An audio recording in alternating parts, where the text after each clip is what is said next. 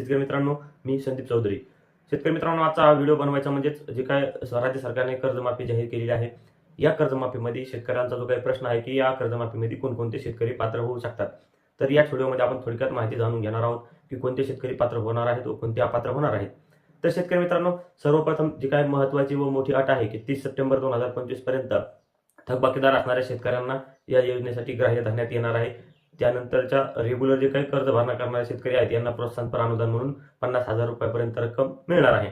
आता यामध्ये जो काही ट्विस्ट येतो शेतकरी मित्रांनो, मागील 6 महिन्यात वर्षभरात जे काही सोसायटी असतील ग्रामीण भागातील किंवा जे काही बँका असतील यांच्याकडून शेतकऱ्याकडे तगादा लावून जे काही त्यांचे कर्ज नवे जुने करून घेतलेले आहे, यामुळे बहुतांश ग्रामीण भागामध्ये जर आपण पाहिलं तर 80% शेतकरी हा रेग्युलरमध्ये आलेला आहे. त्यांनी नवं जुनं करून घेतलेला आहे, तो थकबाकीदार राहिलेला नाही. तर ज्या शेतकऱ्यांनी सोसायटी असेल बँका असतील यांचे फाईल जी काय आहे नवी जुनी केलेली आहे, हा शेतकरी 30 सप्टेंबरमध्ये थकबाकीदार बसू शकत नाही. त्यामुळे या योजनेसाठी तो पात्र राहणार नाही.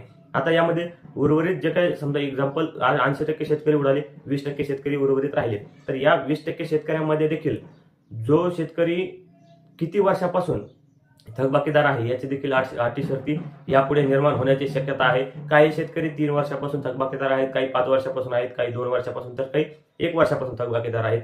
तर यामध्ये अजून अटी शर्ती निर्माण होऊ शकतात की कोणकोणते शेतकरी थकबाकीदार किती वर्षापासून आहेत किंवा इतके वर्ष तुम्ही थकबाकीदार असला पाहिजे तर तुम्ही या योजनेसाठी पात्र आहेत.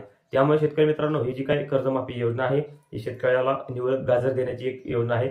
सरकारने ठरवून आधी शेतकऱ्याचे नवे जुने बँकांना करण्याचे तगादा लावला व बँकांनी असेल सोसायटी असेल शेतकऱ्याचे नवे जुने करून फाईल कर्ज जे काय आहे हे कंटिन्यू भरणा ठेवला. त्याच्यामुळे बरेचसे शेतकरी या योजनेपासून अपात्र राहण्याची शक्यता आता निर्माण होत आहे. आता राहिला प्रश्न रेग्युलर भरणा करणाऱ्या शेतकऱ्यांना प्रोत्साहन अनुदान.